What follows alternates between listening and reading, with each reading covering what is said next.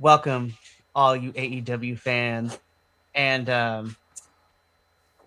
I stand with Brody King is how we're going to start the show. I Listen, also stand with Brody King and for MJF mugging at the camera. yes, MJF, I would like to thank you because you gave me the best meme from this week of wrestling that I watched too. Twice. I would like to love to see it. But hello, everyone, and welcome to the All Elite Ensemble, your weekly AEW Post-Show Breakdown here at BC WrestlePod. Of course, my name is Mikey, El Jefe of BC WrestlePod, running the ones and twos and trying to keep everything afloat in these crazy times.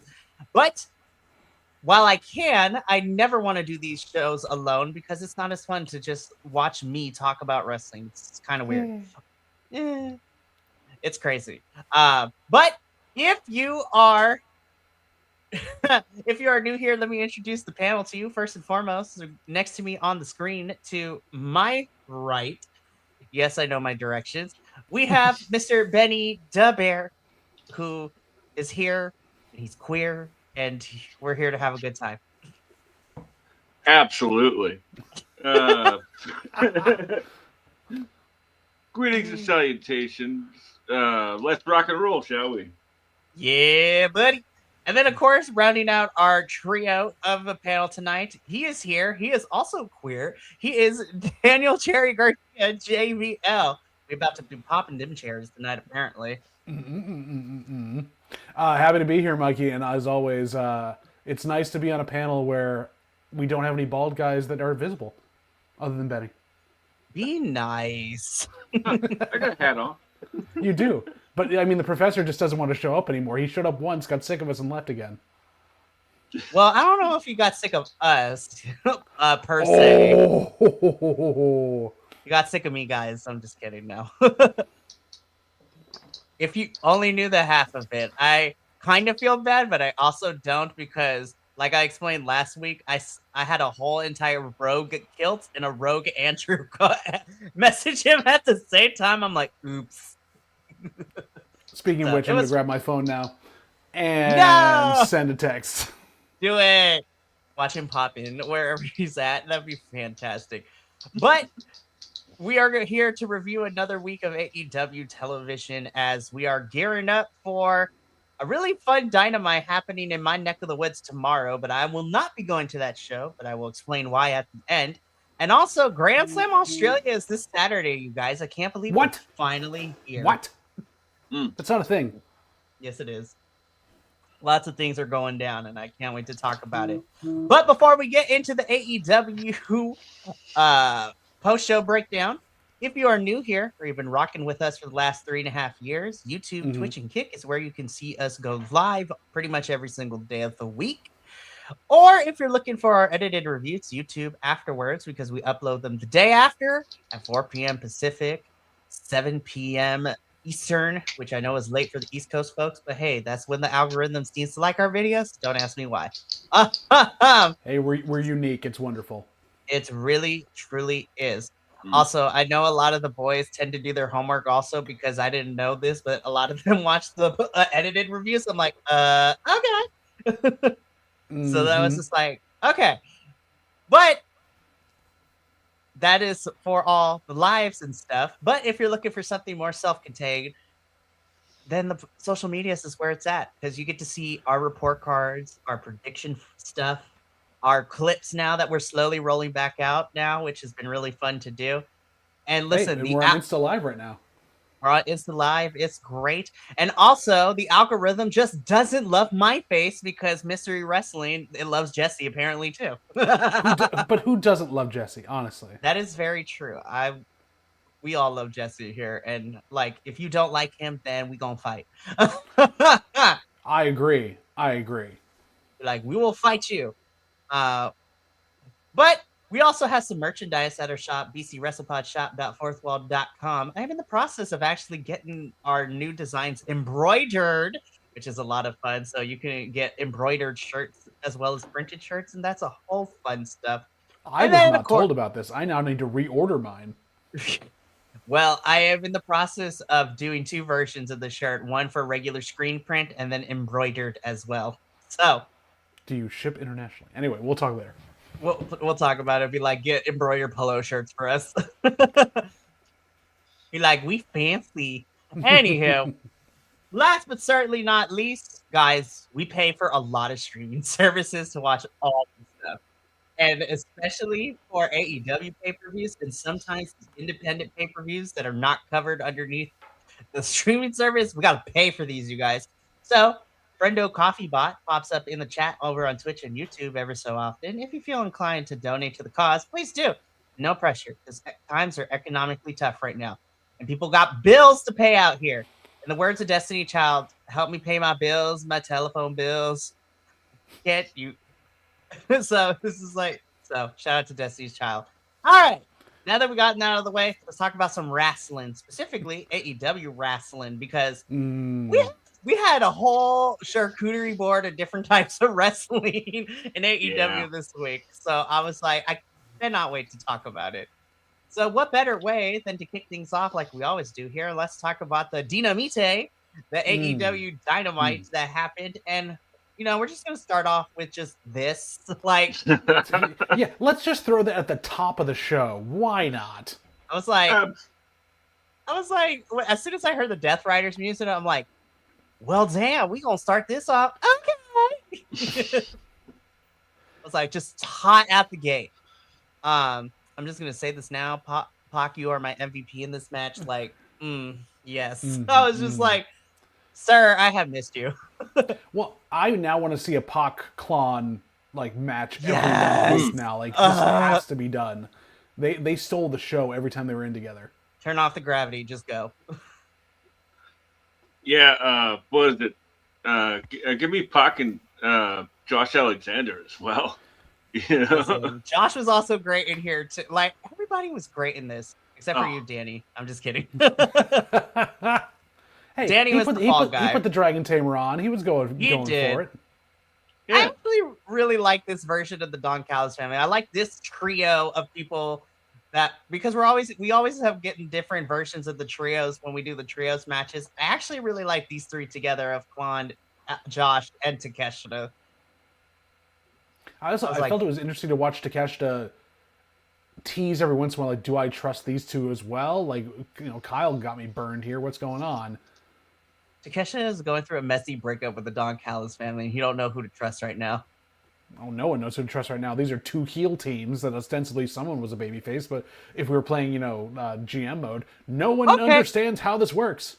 So let's talk about this, right? Because somebody pointed this out to me, and I'm very interested to have this conversation. So technically, Death Riders are still heel, but the person that pointed this out to me made some really great points. I was just like, do we consider Death Riders baby faces? Because I was just like, are they more tweeners? Like, I think they're in a weird gray area where they're not even tweeners. They just don't know what to do with themselves because of the fact that you see like Yuta and Marina. They play all over the place. One thing I've noticed lately is that they're clearly setting up the Don Callis family as like the new big bad, right? And with this Death Riders feud, like they're just tweaking the Death Riders just a little bit to make the fans cheer for them. I'm sure they'll be back to being baddies anytime, you know. Will they though? Like, I wonder about like a split happening or just like a division down the middle, and we get like Mox and Marina go off on their own, or like what it ends up, especially after this hair versus hair match coming up next week. Like, you've got the goofy heels in Yuta, and now Marina's drawn into that. You got these three that are just kind of working stiff and not really like furthering a storyline, as if they don't know what to do with them anymore. So they can't really lean to either side of the fence until they figure it out. And when you stick them up against mega heels, like the Dom Fallis family, like they're just going to have to play the babyface role, even though they don't do anything babyface to begin with. Mm-hmm. And then you have Claudio out here just doing side quests at this point. Oh, yeah. He's on his own. Also, AEW. Can I get one of those masks? I'm just saying. Anyways, we'll talk about it. Claudio's mask? Yes. Jesus. I was like, no, but yeah. Like I said, out of this thing, Josh Alexander did really well. Takeshita obviously does well. there were a lot of interesting pairings. I felt the weak link probably was Daniel Garcia in this, but I want to see Klon and Pac go at it, especially like C2 or anything else. It'd be amazing to watch them go at it. I completely agree with you in that, like, everybody was great in this. Like, I love El Clone. Like, I've only seen him, like, 3 times now? And, like, I'm like, yes, I'm in. It's like sort of like a Terminator, you know? Like, every time you think he's down, he pops right back up.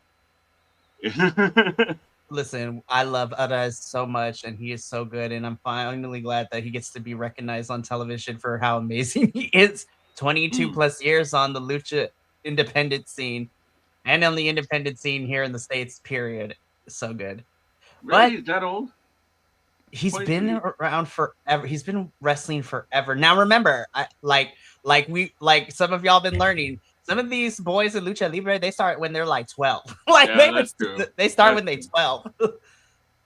And also, I won't be on there tomorrow, but we are in CMLL. We are soon getting the Torneo de Escuelas. So like the 5 major Mexican wrestling schools that CMLL like has people come from, send teams of 5 and have a big old tournament to determine who is the best wrestling school. It is crazy fun. More on that information tomorrow night. But the Don Callis family actually do pick up the victory here. And for Takeshita, I was just like, I'll be like, I feel your pain. You don't know who to trust right now. I'm now waiting for like there's going to be a match where Okada runs down to throw a towel in for Takeshita and just completely throws him off. Yeah, like Cody in the Bullet Club. Oh my god, yeah. Oh my gosh. It's crazy that it's only February and the amount of towels I've seen being thrown this year alone, even we're only halfway through the second month, has been nuts. I've seen like 4 already. I'm like, what happened? Anyways, so after this opening match, we go backstage. This picture.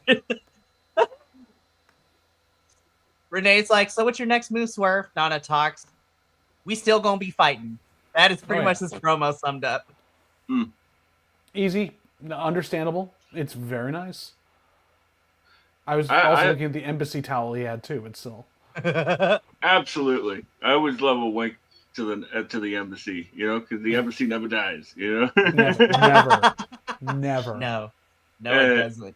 I'm just so glad to see Prince Nana, like, you know, on national TV for this long.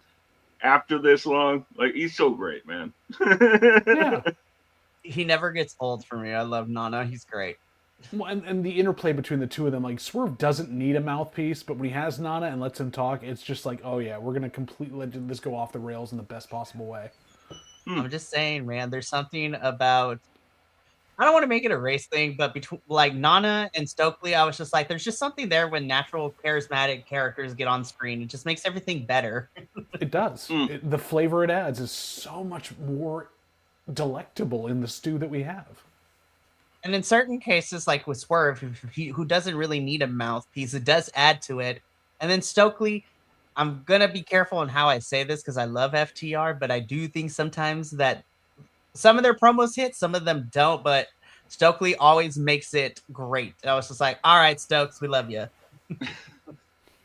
Thank you for helping these poor white men.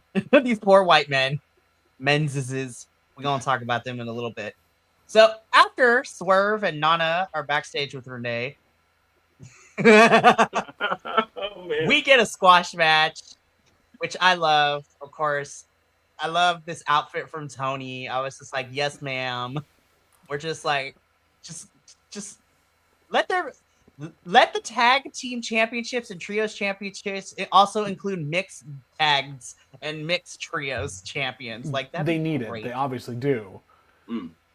I will say also, great job in AEW here, creating doubt, like showing doubt in their baby faces in the best possible way, and Toni Storm, especially the way she delivers it, but also going down that camp route of like, oh gosh, I don't know what we're gonna do here. I really, and like, believably, like, I really don't want to lose my hair.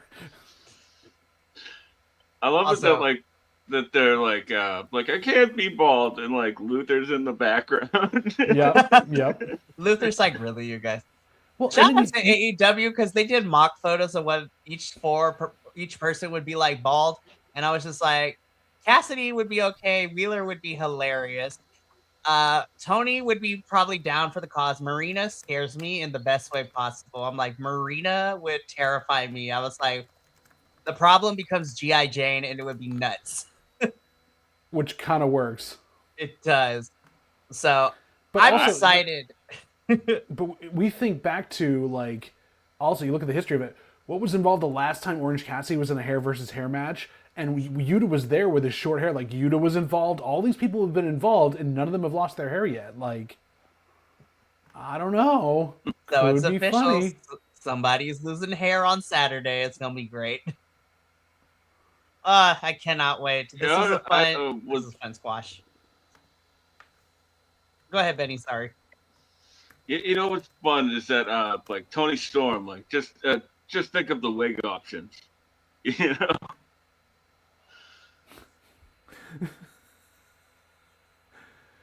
Oh no. No. I see this, and I'm with you, Benny. I'm totally with you on this. Would she though, or would she just like own it and like paint her hair on or something? Like, because I see like her coming out in a gag with like full bald hair and then just eyeliner that's down all the way, and she's completely lost herself. Oh, it'd be pretty great, but like a Marina with like a Grace Jones sort of look. That sounds pretty fun too. Yes, come through with the references. Yes. We love a Grace Jones reference in this chat. We love it all over. Right, chat? Let us know. We love Grace Jones up in here. Alrighty. So I'm looking forward to Saturday. We are quite done because we're going to see everybody involved on Saturday too. So when we get to Collision, we're going to talk about it. Mm-hmm. Clark Connors and Gabe Kidd brutalized and kidnapped Darby Allin. I was just like, what is happening? Well, you know what's happening. They left this for too long. It's just another way for Darby to get beat up, and Clark Connors can't keep his shirt on. Like, we know this is going to happen. Oh, no.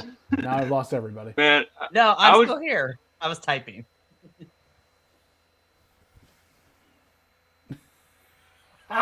I was just wondering, like, when Henry Rollins was going to pop up. I mean, it was Clark, a Black Flag, like, music video. That is very true. Clark, I'm disappointed in you. There was no Wheelson in any of this. like, you know. That's who we were waiting for. Where is Wheelson? Wheelson was on the Jeep that he was driving. That's true. Yeah. Wheelson was a cameo. He was a guest star. But I'm just like, damn, Darby just get beat up. I swear, every feud for Darby summarizes like he about to get beat up, and we about to see him die again. Mm-hmm. There's no other storyline for Darby. He just gets beat up and dies, and then comes back to life. Yes, he gets beat up and dies. If he dies, he dies. He dies.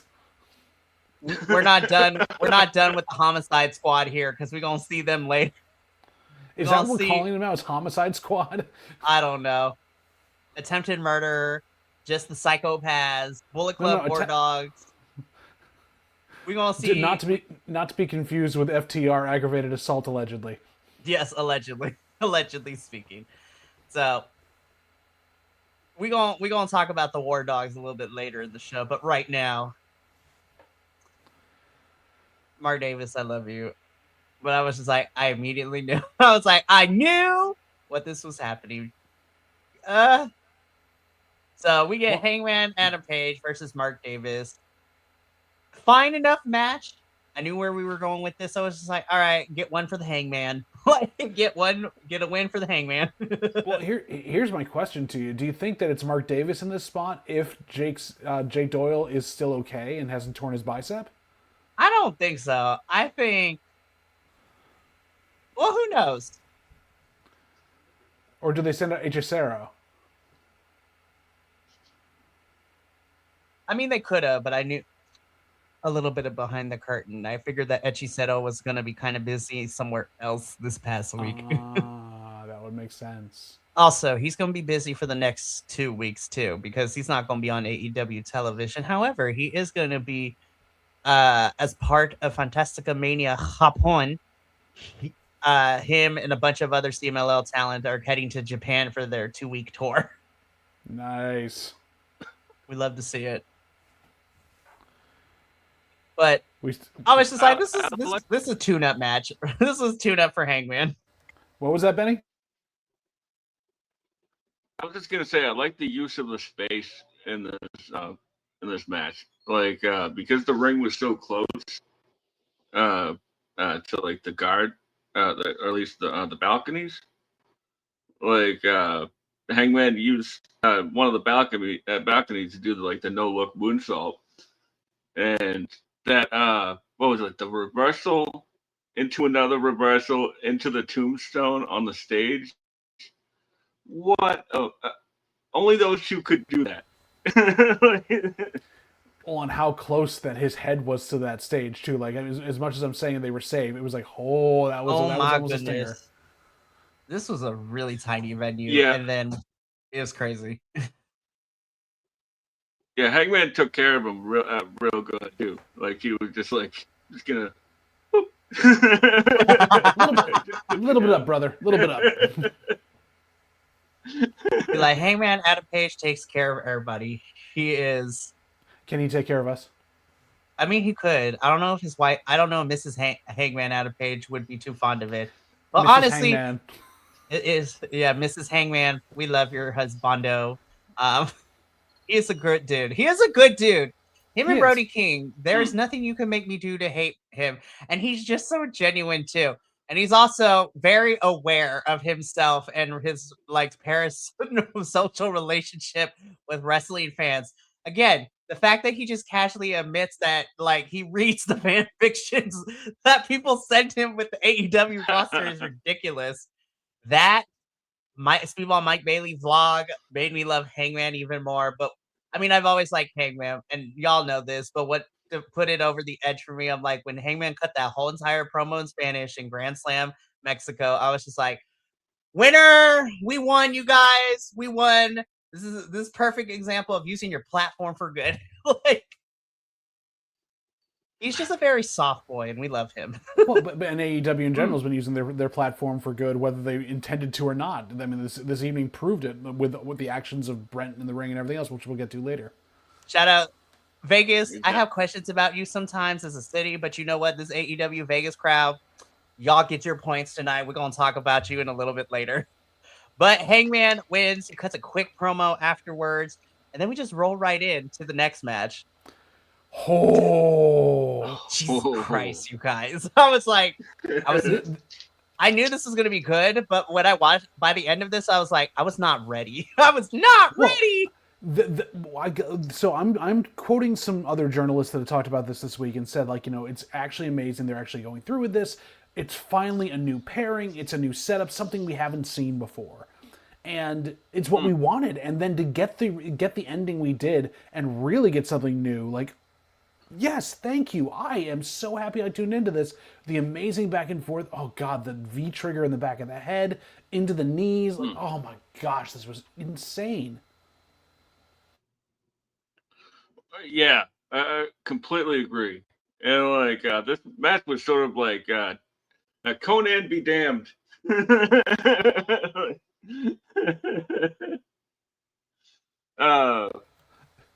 He was as he was saying, out of this, we get Swerve and Kenny, Andrade versus whomever wins the Eliminator or the title match next week.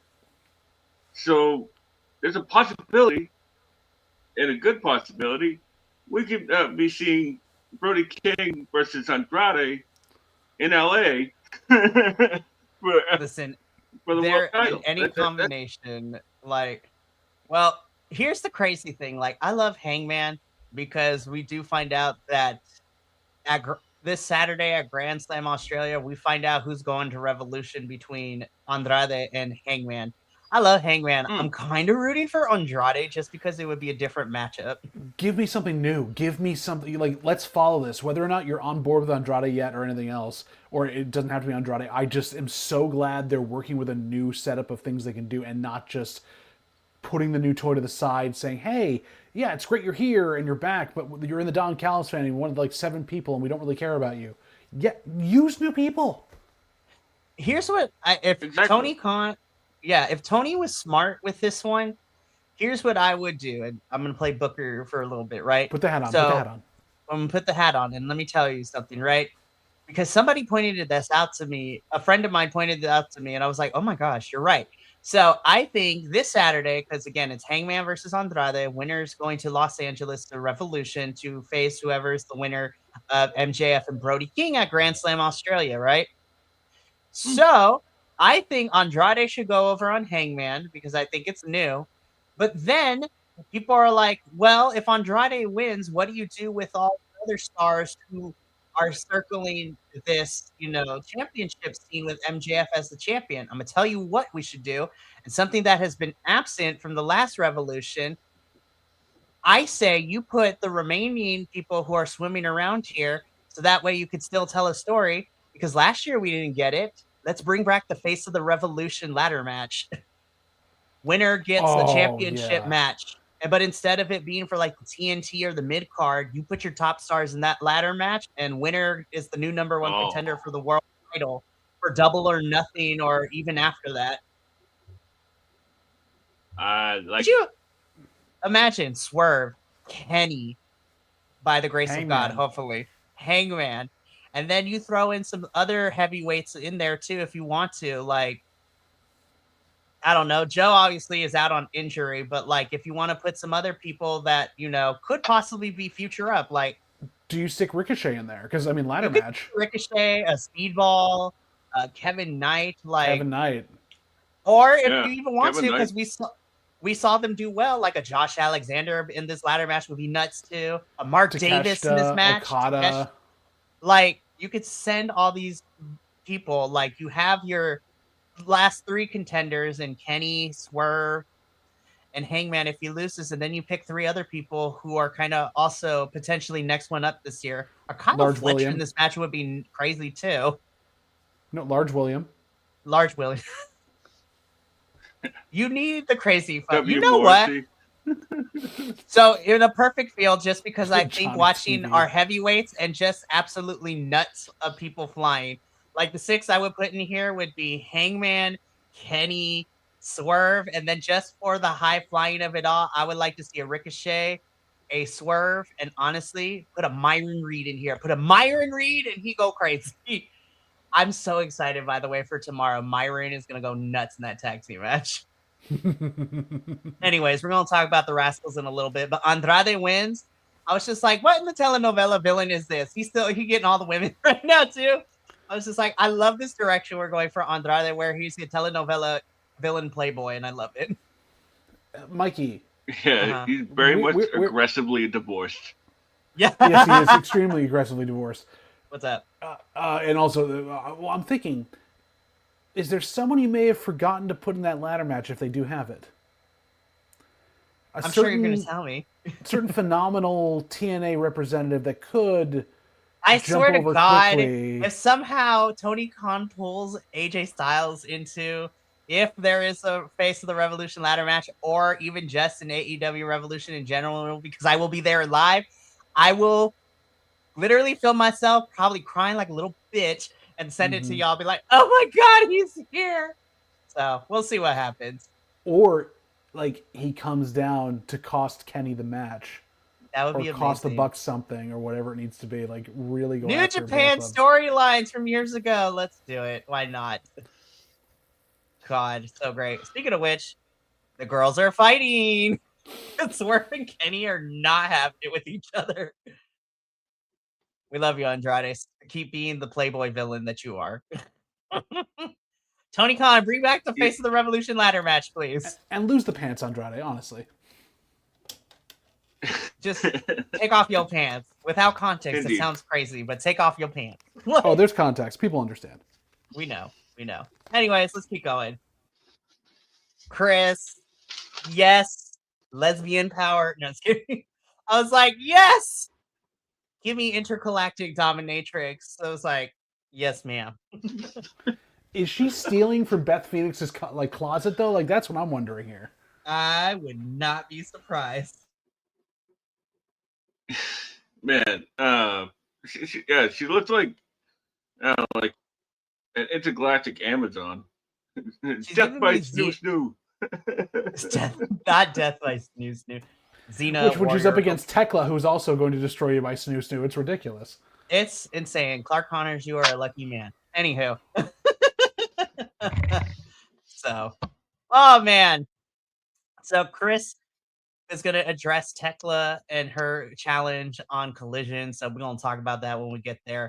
There's a lot of kinky stuff that happened on Collision that we're going to talk about later. There's some kinks going up in there. Some The BDSM. welts. My God, the welts. Yes. Sticks and stones may break my bones, but chains and whips excite me. Anyways, moving on. Oh my Speaking God. of chains and whips excite me. Mega Bad. Speaking of Snoo. Yes, speaking of Snoo, I was just like, we get an AEW Women's World Tag Team Championship Eliminator match. The Babes of Wrath, the current AEW Women's Tag Champs, taking on the challengers in Mega Bad, which of course is Penelope Ford and the Mega Sis Megan Bayne.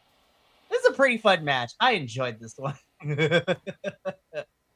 I really enjoyed this. And spoiler alert, Megan and Penelope win. So they earned a shot at the title at Grand Slam Australia. And I'm like, So, Mikey, this is also something that got brought up by like Wrestle Talk and a bunch of other places. AEW has had a lot of run of this, eliminator matches, especially in ROH, where they're a good showcase, but it's very rare where you have anybody really win them, if not outlast them. And we had, out of the blue, multiple ones this week where people actually just crushed. I mean, how do we feel about the fact that this is a full turnaround on that? Does that mean now the stipulation is done? Like we've shown it doesn't really matter anymore, or is this a cool new way of looking at it? So here's my thing, right? And we have been on the air long enough, and JVL, actually both of you, JVL, you've heard me say this as you've co-hosted many a show with me. And Benny, you probably heard me say this a lot too when you were watching us before you joined us officially too. I am in the belief that I actually don't mind. A lot of people are like, champions shouldn't lose, especially in non-title matches or in AEW's case. A lot of people are like, champions shouldn't lose these eliminator matches. I'm like, why not? Depending on who they go up against, whether it's through shenanigans or in this case, it's just Megan Bayne being Megan Bayne and destroying bitches left and right. Like, why not?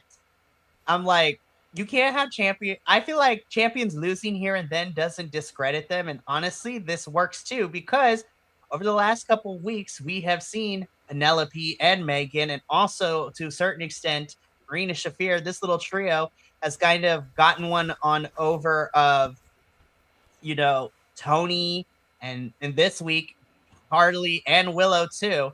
So I'm like, why not? So here's the thing. I think Tony's been really smart with how we've been keeping Megan Bayne in the grand scheme of things. Like, yeah, her team has taken losses here and there, but her team came out victorious at Blood and Guts. So that's a big statement for her. I love that her and Penelope are still together, and Penelope hasn't missed a step since coming back from injury either, which is really nice. And I also like that Marina isn't unaffiliated with them, and now they can be a badass trio if they really wanted to as well. So, well, they all have their own personalities in it too. And I will say, watching Penelope, I still get worried a lot now when she's doing some of the bigger moves. Like, is she ready? She shows that she's willing and ready to go in this one. So I don't mind the eliminator matches, especially if it's this week. If you have the challengers actually win, now you're bringing some credibility, because for the longest time, the eliminator matches never went to the way of the challengers. Same thing with how this current ROH does with their proving ground matches. They rarely go the way of the challenger. In some cases, they do. And honestly, shout out to Lee Moriarty because them time limit draws, though, to get those challenges made have been really fun to watch. Lee Moriarty is probably my favorite pure champion in this rebrand of ROH. Like, Lord, Tiger Style, love him. But to answer your question, JBL, I don't mind it. I actually like that we saw a lot of Eliminator match challengers win their matches this week to get shots at the titles. In definitive fashion. Benny, how about you? Yeah, I think the Eliminator thing as a concept, right? Like you have to give somebody a win at some point, and to make the gimmick work, right? So we've seen enough of the pattern of Tony's booking to know that an eliminator it's just not going to go in the challenger's favor. So when it does, it's a nice little change. Fully agree with you.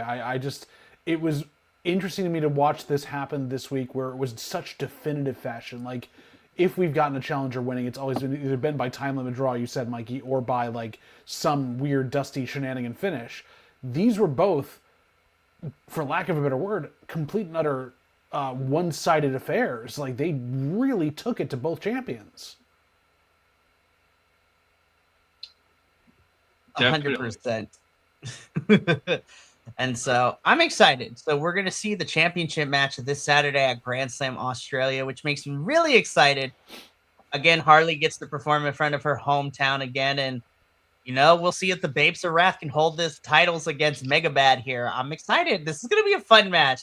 All the matches for Grand Slam Australia are hella fun, and I'm looking forward to every single one of them. It's going to be good. Can we get the Bunny in, and then we've got an all-female faction going in AEW? Yes. Bunny, I love you. I know you left AEW, but like just a one-off.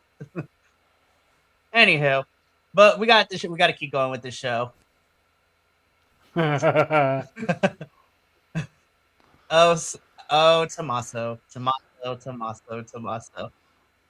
We had Goldie, now it's Sylvie, and I loved it. He issues an open challenge for Collision. That is pretty much where this is. Listen, I love Psycho Killer Grandpa Tommaso Ciampa. I was just like, I love it. And there's rumors that his wrestling husbando in this weird polycule between him and Johnny and Candice, their contracts are also coming up really soon too. Could we possibly see Johnny wrestling and the Poison Pixie make their way to AEW? The short answer is, God, I hope so. Do we see then a DIY reunion to go up against the Young Bucks? Johnny, it is a 10-year anniversary of Toronto. Yeah, it is. In November. So that would be rather neat. I think they have enough time to build to it. Absolutely. Yeah, I think so. So we gonna see Tommaso later in Collision. So we're gonna talk about you a little bit later, Tommaso. Yeah. Oh, God. The way you laugh. This wasn't a bad match, but this definitely was the weakest part of Dynamite for me, unfortunately. Yeah. And it's by no means the Ricochet and Jungle Jack's parry fault. It's just like I haven't been really vibing with the feud, but you know what? It is what it is. They still put on a pretty good performance. Ricochet continuing to sell his ass off still half the time. Oh yeah. God, Ricochet, we love you. Jungle Jack, I know we trying, but it's really hard when we just got Luchasaurus back and now he out again. I'm like, damn it. I don't know. Well, I also feel like they did what they could physically for this story to work, but it just didn't seem to have the fire they needed underneath it for a championship match. And I think it was a foregone conclusion. We knew that there was no way Jungle Jack has taken this off of him, even though we had, already had an eliminator match go the way we didn't think it was going to go. You couldn't get on board with this just because Jack hasn't beaten people on his level or beaten the odds against three other people coming up against him or anything else. He's just not proven it yet. No, and as much fun as it was, it really didn't help that Jack kind of stepped in like halfway through the C2 when he was Darby's replacement because Darby wasn't medically cleared for the rest of the tournament. And I was just like, Jack, I love you, but like we need to put you fully in the C2 next year to see if you can stand on your own. Because I was like, Yeah. I like you, dude. I need to find a reason to love you like I do some other folks. And that's not a bad thing because I do like Jack Perry. I want to find a reason to take that from I like you to, oh my God, I love you and I need to see you as champion. Yeah, I obviously give Jack a lot of guff famously on this show. No, really? We couldn't tell. I mean, Benny, your subtitle is anti-Jack Perry. Like, I don't know why you have to promote it so hard, but still. Well, I got T-shirts on the way, by the way, too. But Yes. I will give them credit here. This match was pretty fun, but as you said, like it still sort of lacked a little like a second gear, or which is crazy because it's a Ricochet match. Right. So like what they did in the time that they were allotted was pretty great.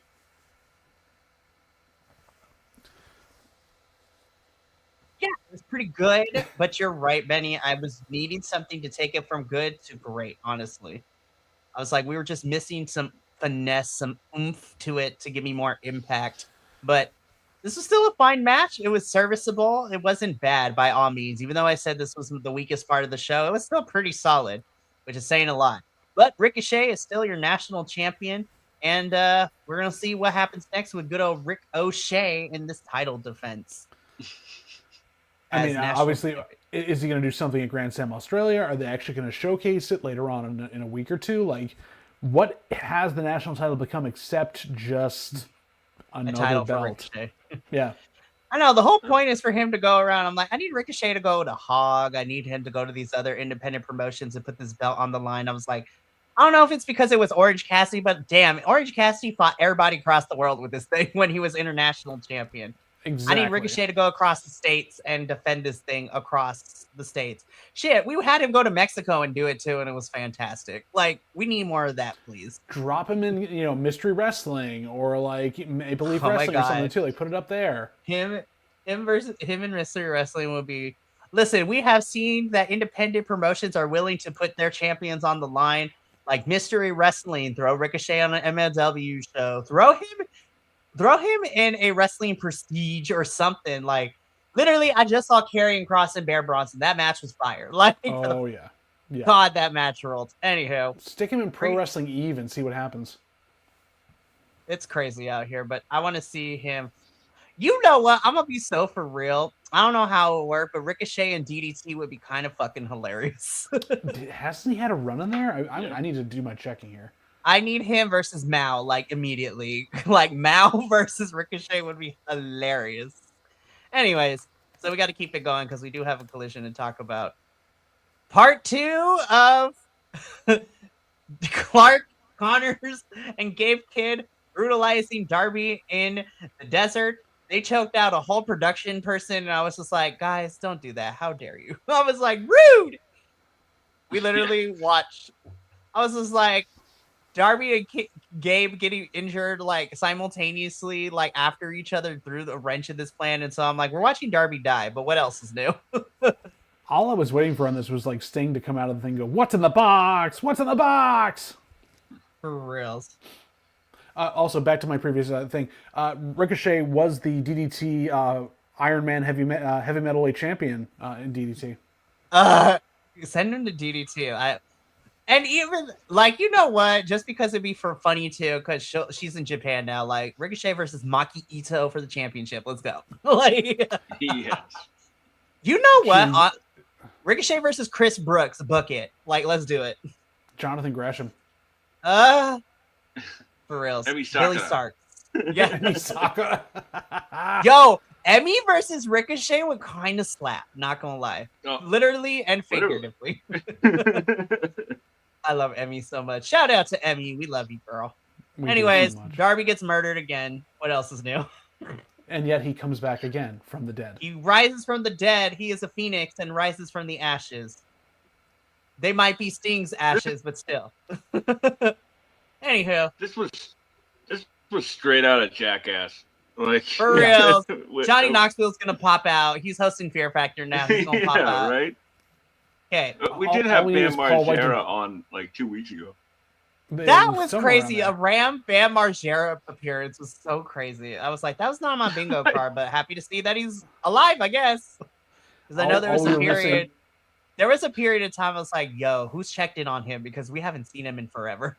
Well, didn't like Hulk Hogan think he was dead? I mean, Bam Margera has some crazy stuff, but I care more about him than I ever did Hulk, and that's a fact. But I one thing we did miss in the segment is we needed a random Paul White just riding Darby around. Yo, not gonna lie, Paul White, your transformation on the Instagrams, my guy, be like, yes, sir. We love that for you. Anyways, let's keep it going because main event time. And I'm looking at the time of this. I was like, we got 5 minutes left. What the flip is about to happen? So I'm just. And I love they sold this so well too. Like Tony and everyone on the commentary, like we're gonna stay with this. We're gonna be here for as long as we need to. Exactly. It was crazy. Oh. So the main event, AEW World Championship Eliminator match. Vegas, I put a pin in it earlier, but this Vegas crowd, like, I have questions sometimes about Las Vegas, Nevada, the city, but the AEW Las Vegas crowd in this, y'all get one of these because y'all are on the right side of history because we got the fuck ice chance, and also because of that, MJF give me the best meme of the week. Well, you can see in real time, he's like, I agree with this, but I'm the heel. I need to play something up, and so he gets campy. Right I loved him before, like wall breaking to the camera. He's just like, "Yeah." It was like this also, is what AEW is. I agree with this, but I'm the heel. Can we give flowers to Bryce Remsburg because the commentators were starting to talk over and everything else, and Bryce held the match off to let that land. Like he knew what he was doing with that before he rang the bell. Bryce, you also get flowers because you are. AEW is just great. They truly are on the right side of history. Anyways, and they get all this free publicity and stuff. Like NBC News did a thing on it. All these new eyeballs on this product. And while people are saying like you need to be non-political and like go like down the middle with your stuff, otherwise you lose half your audience. You look at the other side of the fence, and they are blatantly showcasing exactly what they think about it and stopping their wrestlers from saying a damn thing. Look at Becky Lynch's promo this week, where she talked about that stuff. It's so disheartening to see from that side. And then Tony, whether he believes their politics or not, he lets his wrestlers be themselves and put themselves out there and deals with the consequences afterwards. It's so much more freeing. And it's not perfect, but it's freeing. Also, I want to say this too. This is the second time that Brody King has been the catalyst to make headlining news too. Because remember, Brody made headlines during the summer last year when he wore the Abolish Ice shirt in Grand Slam, Mexico. And news channels, the major news channels of both left and right wing outlets picked up on it. I was just like, Brody King is out here just doing the good Lord's work. And you can never make me hate Brody King. No, definitely not. Now, here's the question on this. Will they pull the trigger on this? Do you give Brody a run because of it? Have him carrying that belt around as you get those chants in other cities, and he's wearing the shirt and everything else. Your champion, like that would be a stance against everything at this point if he does.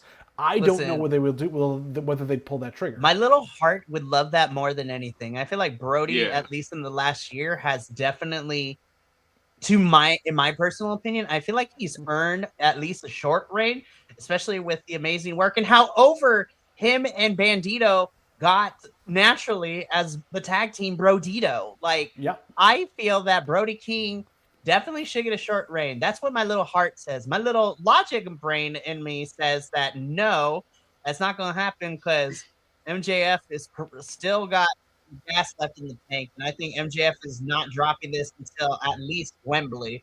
I think he's holding it until then. But hey, you know what?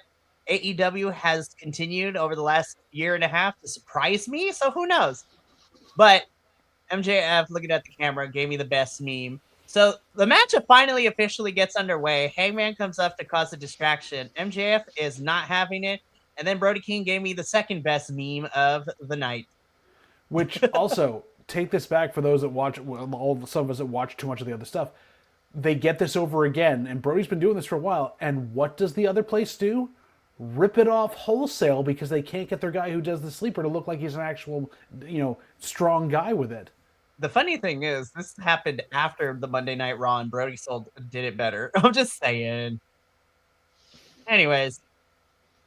And then, to cap it all off for me, MJF is just down. He's out.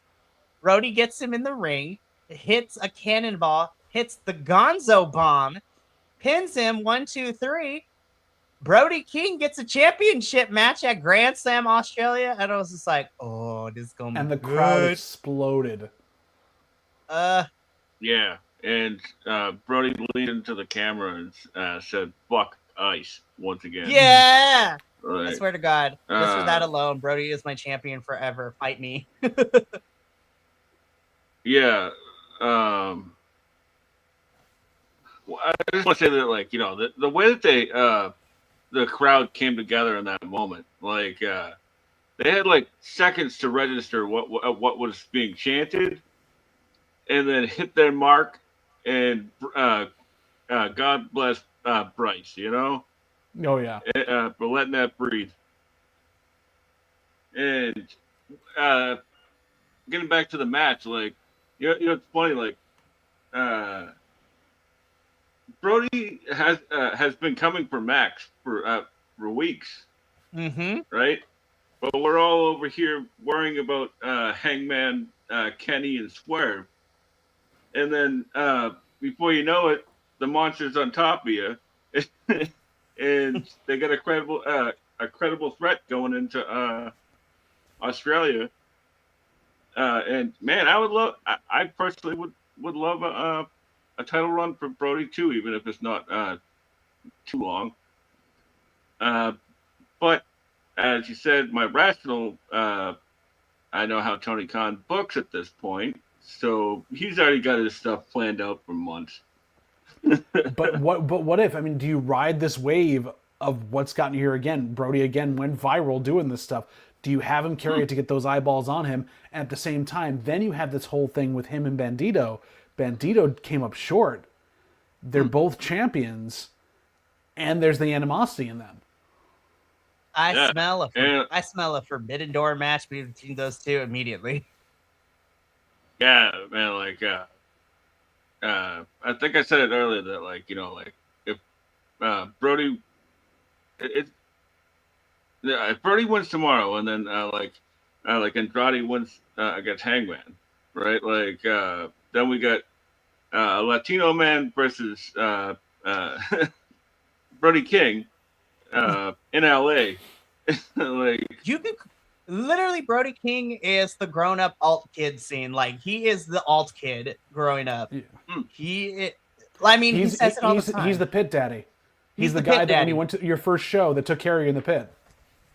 Absolutely. No, and on a personal level, like, I would love to see Brody King because of how many AEW wrestlers, especially the younger ones, have come out in interviews to say, like, I always still bring up Julia and Sky's interviews individually, especially Julia's, of how much, like, her parents are grateful that Brody and his wife took care of Julia, like, her first couple of years on the road as AEW wrestler, like when she first became like the Stevie Nicks character that we see and know of the Dark Princess.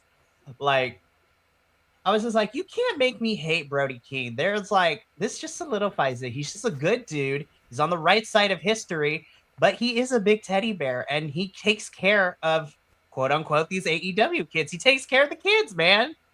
Damn.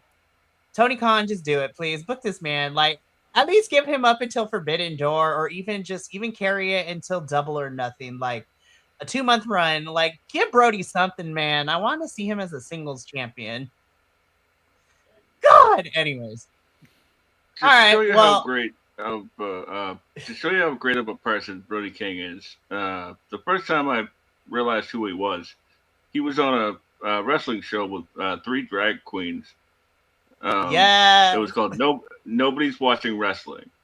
And shout out to the Nobodies. Yes. Brody King is like, we throw this term around in wrestling like Brody King is actually him. Like honestly, he is him, Hangman, and Bear Bronson are in my wrestling Hall of Fame of there's nothing you can say or do to make me hate them because they are just genuinely good people in and out of the ring.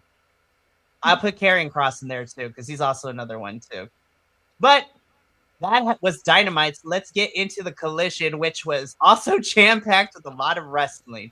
I feel like some stuff was bloated in certain areas, but you know what? There was some good stuff here. Well, they had to get their stuff in before Grand Slam Australia because you never know who's actually going to be able to make that trip. And we also don't know who's going to be able to return either.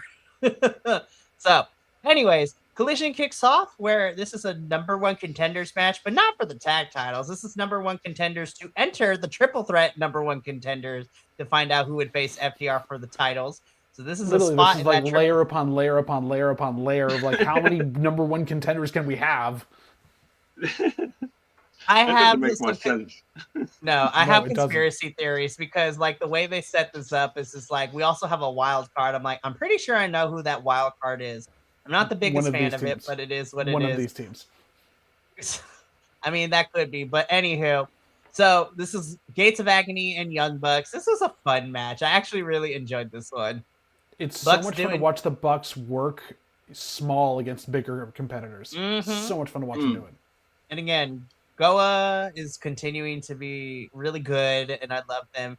And it was, again, I know I'm weeks late on this, and I said this last time, but like it was really nice to see them pick up some stuff when them and Ricochet went to Mexico and wrestled in Arena Mexico. And they did all three shows. They did the Friday, the Saturday, and the Tuesday show. Like, it was so good. They were great. And they were just big monsters being big monsters. And you're right, JVL, watching Young Bucks have to work up, so to speak, to your big monster types was really fun. It was a good back and forth. I had a great time with this one. Obviously, Bucks do win, but hey, I wasn't mad at it. I really liked this one, and I thought this was a smart way to open up the show. This is a great match. Like, I love GOA. Like, I have for a while, and they were great. I just said, like, it was great, like David versus Goliath kind of match, and it's actually like really reminded me a lot of the Bucks War Machine matches. Oh yeah. Because they always had crazy chemistry with War Machine as well, and man, this was so much fun. Like I liked the what was it like? So they were like applying a nerve hold, and then like Matt walks up and like tries to get their attention, and then like makes them bump and bump into each other. Oh, great stuff, man. The Bucks seem like they're having fun again, or at least they understand what their role in this is to be doing it. So they're not like fully pushing too hard on a lot of things. You can tell they're kind of at the end of their little bit of a run. Like, do we continue to be like full-time members? Maybe not. Maybe go to part-time. But they're definitely doing one last push to kind of get those good vibes back as they go along. Who do you think the wild card is going to be? Well, I have a theory. I don't like it. I think it's Cope and Christian. And I hate it. But is he even ready to come back? Well, from what I hear, they're done filming season 3 of Percy Jackson. So that's crazy. Yeah, I kind of don't want that. I'm gonna be honest. I would like to see Busta in the Brain as the wild card. Yeah, literally, you have the Bucks and you have the Rascals with Dez and Myron stepping in. So that's gonna be great. Honestly, the only two teams I would want to see is either Jet Speed, because then you can go full no gravity mode with all three teams and just have them spam finishers, which would be great. Or throw in Busta in the Brain. That would be fun too. Like Alec Rice and Jordan Oliver would be fun too. I'm throwing one more at you. Throw the Outrunners in there as like the basis for all the stuff, so they can be the ones that throw them. Yeah. Oh, listen. Outrunners facing FTR again. I said it when we covered the Collision 100 episode. The Outrunners prove they can hang with the FTR boys. that match at Collision 100 between those two was fucking fantastic. Like, God, it was amazing. So I was just like, please. But I think it's Cope and Christian, and I'm like, fine, whatever. But Yeah. I want to be proven wrong. I want to be wrong. The other thing is, right, like, I also agree that, like, you know, I'd like to see it be busted in the brain. But, like, I feel like those two other teams really need a big team to, like, bounce off of. It's just sort of, like, even out the balance, you know? Because, like, if it's three of the same, like, generations of the same tag team, which sounds fun, like, you know, if it's busted in the brain, Young Bucks and the Rascals, right? Like, which sounds amazing, but like there might be too much going on True. For our brains to process. Yeah, like, Watch it be Big Bill and Brian Keith. You know what? I wouldn't be mad at that either. Especially what I do need though is I need Defy Wrestling Champion and Bounty Hunter in this match. Like what we saw a couple weeks ago. I need those two to be on urgency mode like they were like a couple weeks ago. I was like, that's the version of Big Bill and Brian Keith I want to see. Though I'm pretty sure they're still sore after what happened this episode, which we're going to talk about in a little bit. Oh yeah, totally. Yeah. And of course, I figured the Bucks were going to win. I'm like, hello, Dynamite tomorrow's in Ontario, California. That is literally their backyard. Like, the hometown boy is going to be there. So I love them. I hope they don't win, but you know what? Crazier things have happened. But we got to keep this going because we got a lot to talk about on Collision. The welts. So we literally don't even get a full-on sentence from Chris when Renee is talking to her. Because in Tekla, while Chris is like taking in the crowd, Tekla spears the hell out of Chris. Then you have the Sisters of Sins hold her down. And then she begins to literally belt to ass Chris Statlander. Oops. Brutal attack, very much in the style of Cody Rhodes. Like it's going to be an interesting one. Tekla's not done with her, and I don't know whether that's because the pairing has good chemistry or because they can't think of anybody else to take on Chris. Yeah, it's very interesting. Yeah. But I mean, Chris said that she was gonna give Tekla another shot, but Chris gets the stipulation. So after literally belts to assing Chris Statlander gets on the mic, and as cheesy as it was, in my opinion, she drops one of the coldest lines ever. She's like, "You're in with Strap Daddy now." It's like, ooh, kinky. We're getting a strap match. You know, we're getting a strap match. And that's exactly what she says. Tomorrow night, for the AEW Women's World Championship, Tekla versus Chris in a strap match. And I'm like, now, are we going to be on the levels of the Ricky Starks, and Bryanson, like strap match where they were bleeding buckets? I was just like, Lord help us. I don't see why not. It seems like that's the stipulation for it. Let it main event, Tony, you coward. No, I'm just kidding. But they should, though. Why not? Anywho. Man, you know, I hate strap matches. Benny, who are you, Jesse? They cool down the crowd so much. Like 1, 2. Oh, he didn't get each corner. What is this?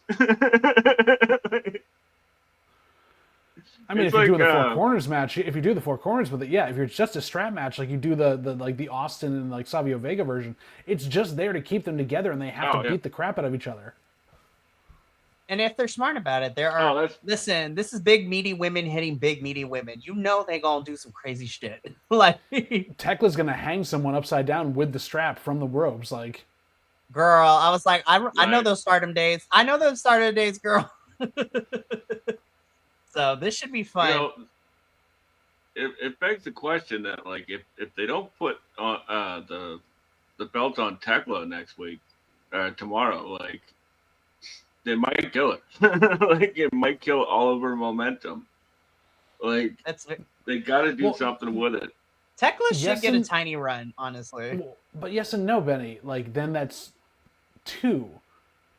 And do you have, because Tekla technically has, like, gotten over on Chris or anything else. I don't know whether like they need to give her the win yet. If she comes back, like there's shenanigans in this, whatever it ends up being, and the decision gets thrown out, then you're on the rubber match at that point. That's true.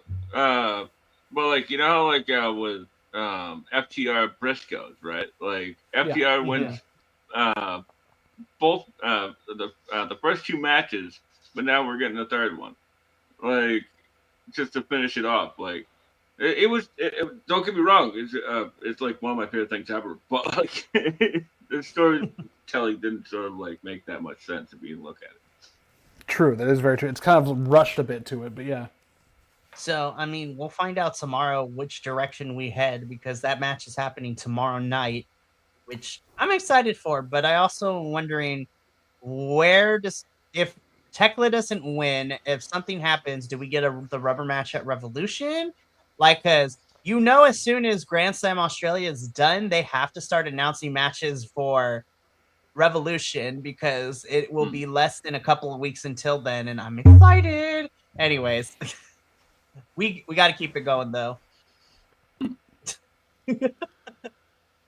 This is like the family drama, man. I swear.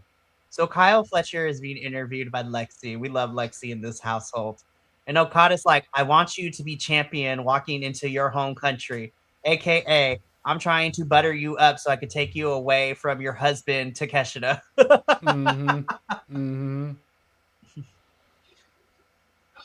You know, he's like trying to take everything away from Takeshita, including his best friend.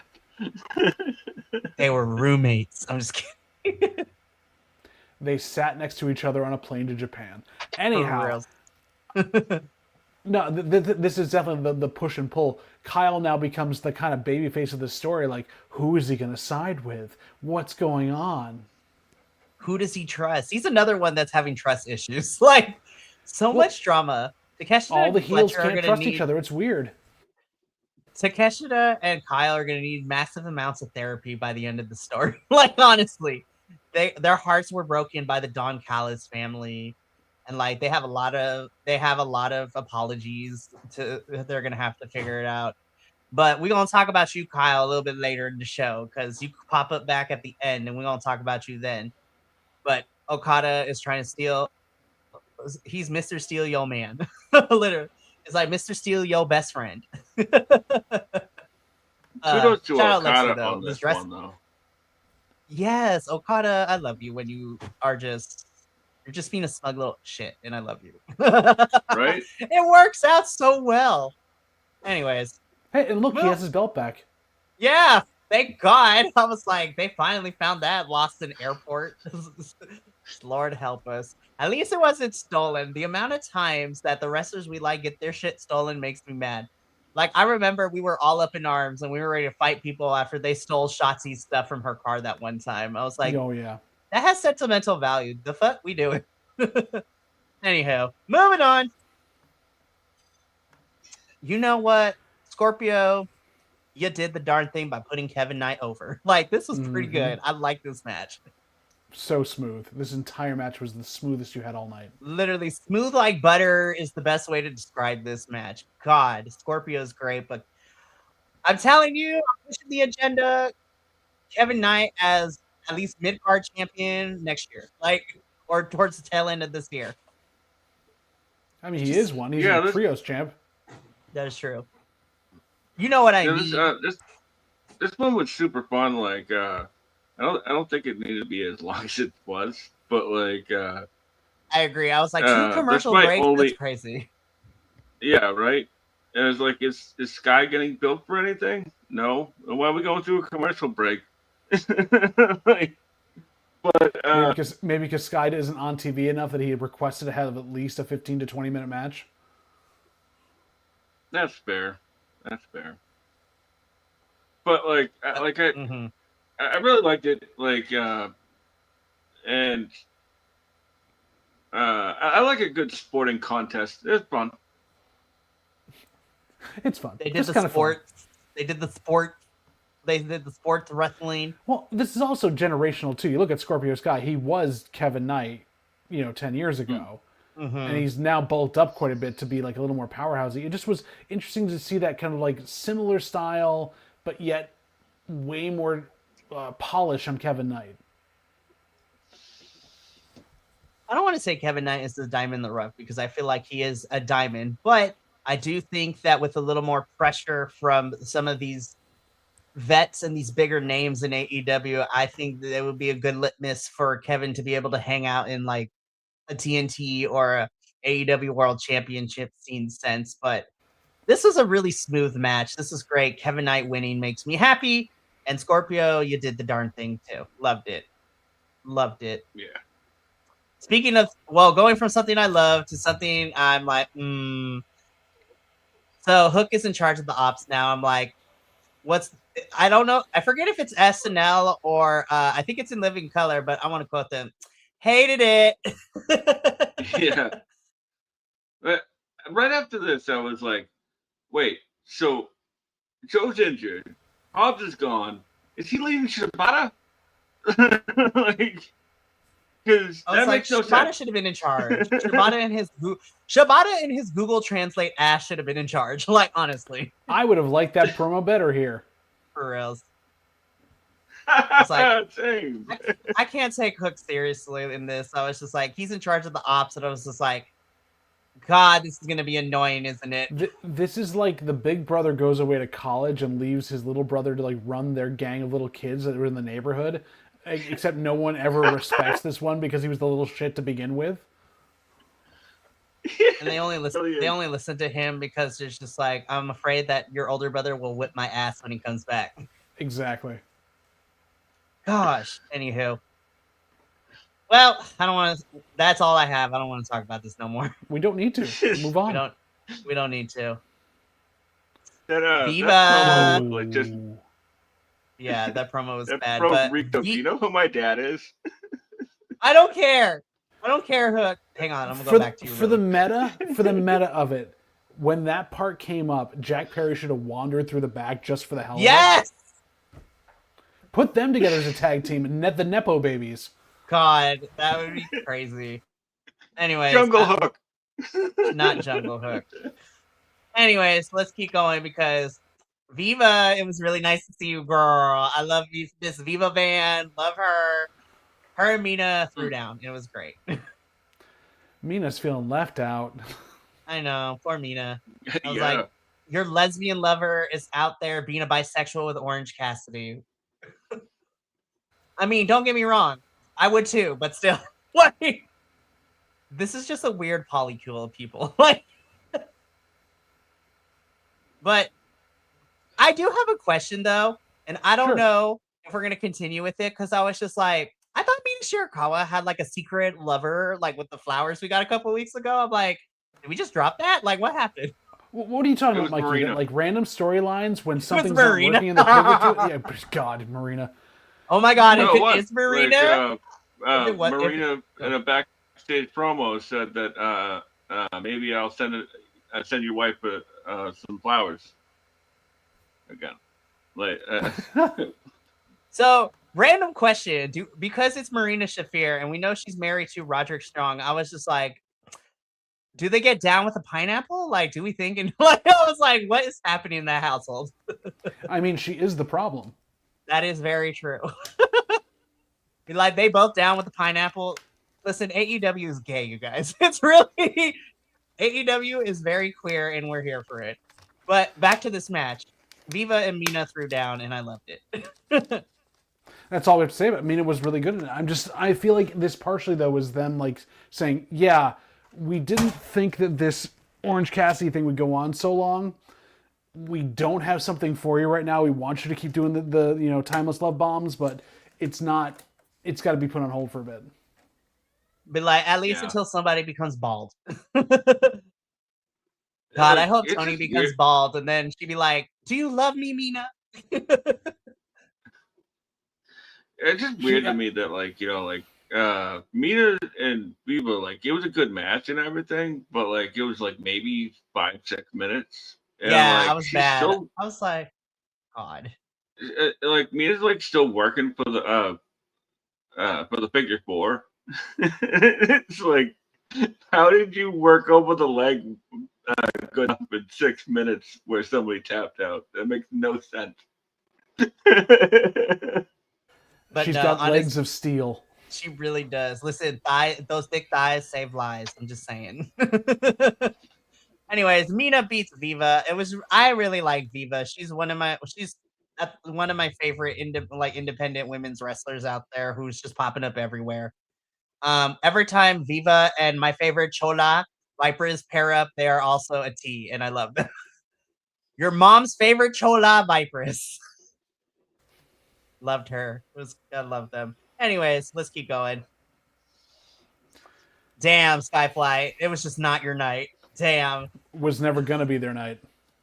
No. Shout out to Zeta though. It sucks that Layla is out because of injury again, but Zeta girl, really happy for you in this position. But damn, y'all got. I'm like, I looked at this picture. I was just like, say a prayer.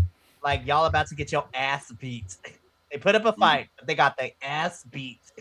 Well, I find it very interesting that like Orange and Tony took on local enhancement talent. Right. When we need the squash match on this side, we actually use like lower card members of our AEW crew. Like, what does that say about Wheeler and Marina going into this? Rude. I like, guess, all right, who's here? I mean, if you go on the hierarchy of things, they've beaten better people technically. Yeah, that's a good point. They're like, what is it like? Man, this match was great. Like that Zeta Steel. Like I guess I had a mental lapse there for a second, but like she's great, man. Like I know she had a small run in Stardom, and you can see that like she's just poised for TV. You know. If only she was paired with people that were on TV.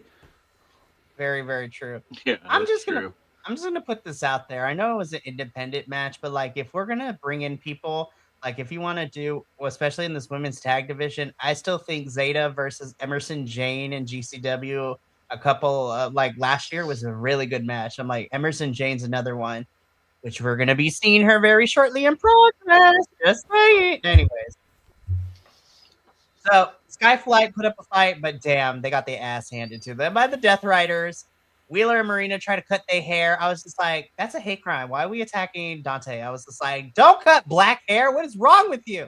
But thankfully, Orange and Tony make the save, and somebody is getting shaved at the end of Saturday, and I cannot wait to see who becomes bald. This is going to be amazing and hilarious. Why do I feel like there's going to be either a close or a shenanigan pin where one of each team is pinned at the same time?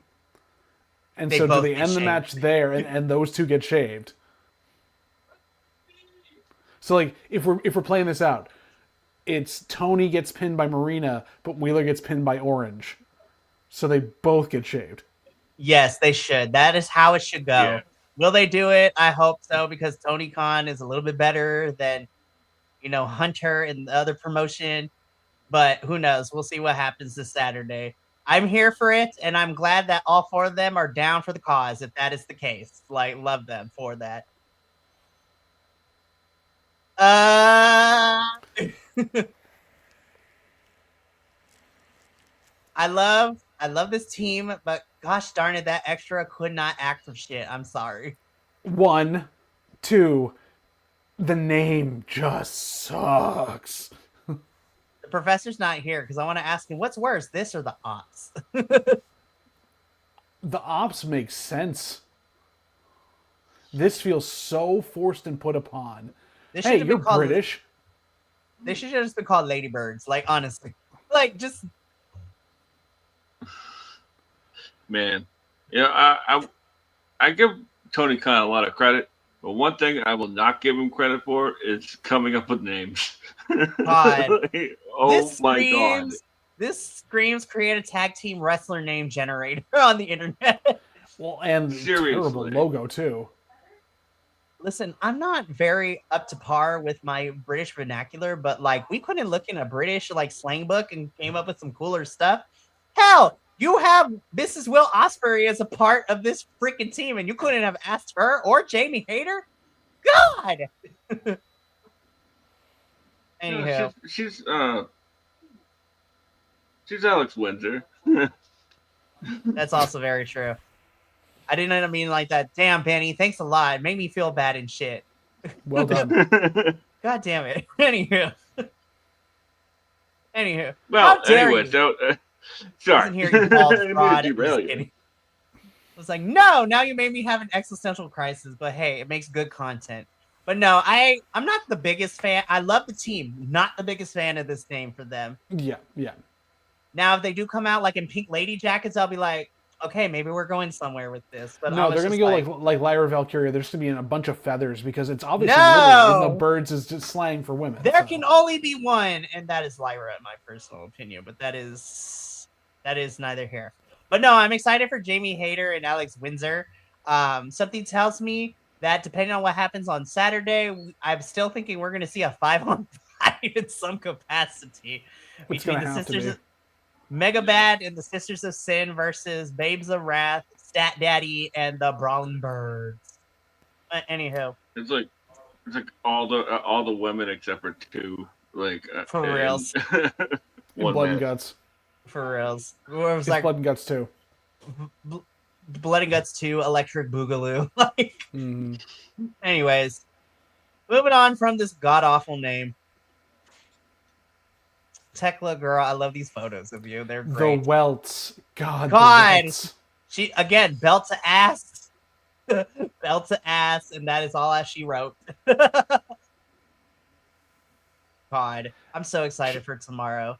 I mean, she's channeling some, like, severe Luna Vachon, like, during this. It's crazy. Listen, yeah, I picked up on that, too, a couple months ago. Like, during, like, Blood and Guts, when she had that chain...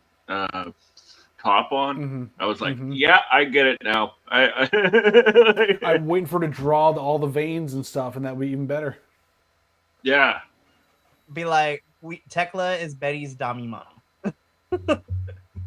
Anywho, Clark Connors, you lucky man. Y'all are some kinky shit. You know Tyresan's part of that throuple. Tyresan is literally the third wheel. He is literally the third wheel in the whole situation. Yep. Anyways, but yeah, Tekla wins, belt to ass. Can't wait for tomorrow because this works out for both of them.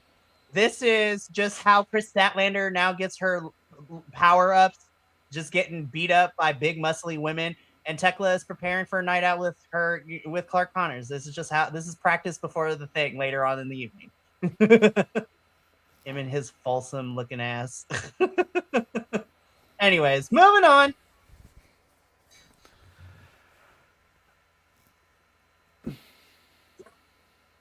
What? Oh man! I will just say this eventually, but or did it just end? It just ended. But I will say, Zachary Wentz, favorite person, MVP, lightweight, super kicks Brian Keith in the face after coming out of the hot boxes of limo. This is all over the place. I was like, was this the best match? No. Did I enjoy it for the sheer chaoticness of it? Yes. Zach? Yeah, like you weren't gonna. Both Zacharys on both sides. God. Say it again, Benny. Go ahead. I was just gonna say that this isn't like gonna be like a 5 stars in the Tokyo Dome, but for what it was, oh my god, like absolute chaos, you know. And like I don't know if it was. People. Yeah, exactly. And then like that, what is it? The one with like the motion cam. That was pretty cool. It was hard to follow in certain respects of it, but yes, it was very fun. We had a bunch of stuff. We had hammers. We had a hotbox limo. Both Zachs on both sides took the most damage. God, Zachary Wentz, man, by the end of it, I was just like, holy hell, man. I was like, no wonder Myron is teaming up with Dex tomorrow night. Y'all, you needed some time. There's got to be a recovery period for all these guys. For real. Seriously, and poor Big Bill. Like they must have like he picked up one of them at one point, and like he was gonna run him into the limo, and they just like stopped for like a minute, you know, and like tried to figure out. I can't go through because that's gonna go through the window. I gotta go It's around also the like, side, okay, you know? what can we make believable, but I actually don't hurt the person I am carrying right now? Like, yeah, exactly. this was a chaotic cluster F of things, and I loved it. Large William. Large William. So Uncle Eddie and the crew win here. So Dez is going to be back in action tomorrow night with Myron to see who's going on to face FTR. And I'm like, please make that match at Revolution. I love the Bucks. Guys, here's a secret. Like, no, it's no everybody secret. knows You've said that. this before. I said this before, right? So I'm glad that we are now getting Super Kick Party Young Bucks back, because I didn't want to ruin Mama LaGuilla's dream, but she loves the Young Bucks. You know, she thinks Matt Jackson is cute. But she does love the Young Bucks. She's become big fans even when we're in the midst of them being heels leading into y'all in Texas. She liked them, and I was like, you know what? I'm not going to yuck your yum, but I am glad we're getting Super Kick Party Young Bucks back, because those are the fun ones. So it's easier to pick up on, and you don't have to do a lot of work in terms of like storyline stuff behind them, so it's nice. Yeah, selfishly, I want the Rascals to face FTR, and I want that match at Revolution so Mom LaGuilla can see the Rascals just defy all laws of physics and gravity, but that's neither here nor there. But I'm excited for Revolution, if you couldn't tell. Not at all. Not at all. Crazy. Moving on. Oh! Jesus Christ. Man. Is this PWG from 2004? God. I'm not going to say this too loud because I will get in trouble, but god damn this. Holy crap, you guys. I'm gonna be honest. I don't care. This is hot. This is a hot take. This was my favorite AEW match this past week. God damn. Like, this is how you follow the clusterfuck. It's what you do. God, so we get a triple threat match for the TNT Championship. So Tommaso Ciampa defending the title against both Roderick Strong and Claudio Castagnoli. And I was just like, God, these are just three old men beating the shit out of each other. This is great. I loved it. This is basically NXT Black and Gold. This truly is NXT Black and Gold era right here. We're just running it back. Yeah, like my ROH heart was very full. Yes, ROH 1.0. Like, god damn, this match. yeah. Like, you know, we got Mr. ROH, Roddy Strong, Tommaso Ciampa, and Claudio, obviously, and you could see Chris Hero's fingerprints all over this one. Man, I love the story of this one too. Was like Claudio was clearly the big guy that they had to isolate, and then the flying knee came back into play. My God, that sounded vicious, and it sounded like it hurt. Oh yeah, just catch him, you know. Nope. Jeez, this is so good. So, I was like, what you mean this was only like 15 minutes? Like, it felt longer. This is a pay-per-view match right here, y'all. I was like, run it back. Jeez, I was like, can we just get triple threats from now on? Like, honestly. Seriously. You know those times where like you're watching something and like time is just like sort of slowing down, you know? Yep. That's how I thought with this match. I was just like, this could be a half an hour, and I wouldn't even know it. Taking it every second at a time, watching every bit and internalizing it versus just skipping what you don't need to see. Seriously. This was a fantastic match from all three of these guys. Tommaso Ciampa walks out, still your TNT champion, and is confronted by a Kyle Fletcher at the very end, whom Of course he is. tomorrow night is facing Tommaso for the TNT champion, and I'm just like,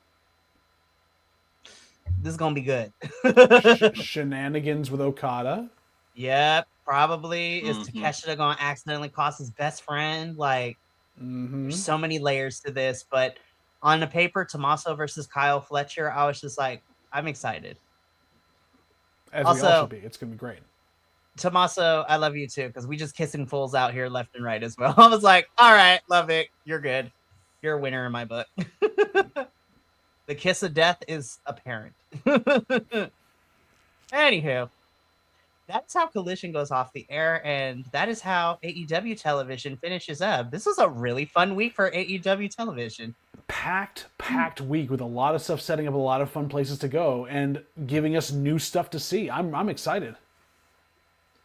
Definitely. And like, they had a lot of moving parts, but like, it made your mind think of like, where are they going with it? Because you're also gonna worry about like stuff that they're doing video packages for, you know? Because like, there's so many moving parts. Pretty cool. It truly is. And honestly, this upcoming week of AEW television, I think, is going to be really good and really important, because tomorrow night, not only are we seeing where directions are going for certain championships, we're probably going to start rolling out Revolution announcements too. And definitely after Grand Slam Australia on Saturday, which is taking the place of Collision, we're going to see what happens, because again, even Grand Slam Australia has some Revolution implications. Like, is MJF or Brody King going to be the champion walking out of Australia? And then we're also going to figure out who is the official #1 contender for that match at Revolution. Is it going to be Hangman or is it going to be Andrade? That's also up in the air. Are we going to get new women's tag champs? Can the Babes of Wrath hang on and weather the storm that is Mega Bad? Also, this was kind of glazed over a little bit because it kicked off Dynamite, but Moxley is defending the Continental Championship against Takeshita at Grand Slam Australia too. So like, Saturday's gonna be good. And also shout out to the Australian fans who are getting the House Rules show on Sunday, which is an untelevised house show, which I was just like, so good. I like that AEW is playing with house shows. Like, honestly. Bring them back. Seriously. So good. But tomorrow night too, like Stat Daddy versus Tekla in a strap match. We're getting the triple threat to see who faces FTR for the tag team championships. Tommaso versus Kyle Fletcher for the TNT championship, as well as some other things that are probably gonna be told tomorrow night as we go on air with Dynamite. I'm excited. I cannot wait. AEW has been really fun, and honestly, it restores my faith as a wrestling fan, whereas sometimes I want to bang my head against the wall with other things I watch during the week. But AEW is consistently always giving me good stuff. Though I do have questions sometimes, but like I have questions with everything else. They are fun. I am waiting to see if the Australian crowd yells out the same thing we got in Vegas and just keeps us going. We'll see what happens. Also, hashtag Brody for champion. God, please, Tony Khan. If you want to make a grown 32-year-old man cry, let my baby daddy win. And we all know you love to see Mikey cry. So, yes, honestly, I'm a shill. I'm a masochist. I enjoyed the tears. Anywho, that is going to be it for us here at All Elite Ensemble. So, I love it. We will be back next Tuesday for another AEW breakdown. But we still got a lot of stuff this week. Tomorrow night is the double header of NXT and CMLL. But I will not be leading the charge tomorrow night. You will get a double dose of Will and Kilt, as they will be holding down the NXT and CMLL post shows, because I will be out and about in real life with Mama Willow, and we're gonna get turned because Miss Cardi B opens her tour in the Palm Springs area.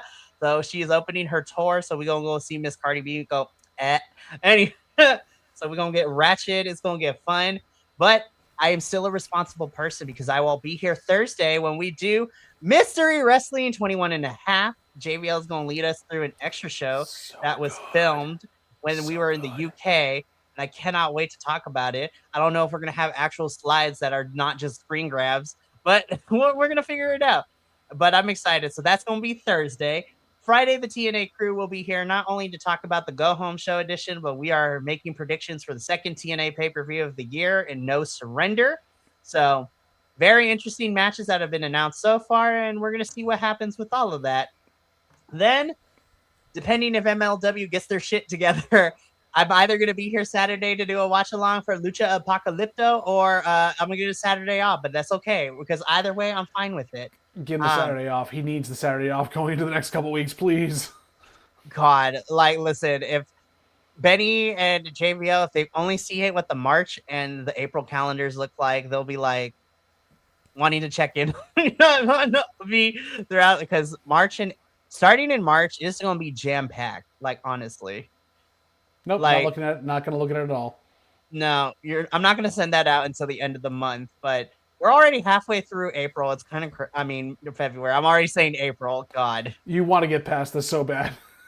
Well, I am looking forward to good wrestling because, like, to kind of just wrap this up and preview what the rest of this month looks like. I mean, we got Mystery Wrestling 21 and a half, TNA's No Surrender. We got 2 Progress shows coming up this month, too, because we have In Brightest Day, which is this Sunday. So that's going to be good.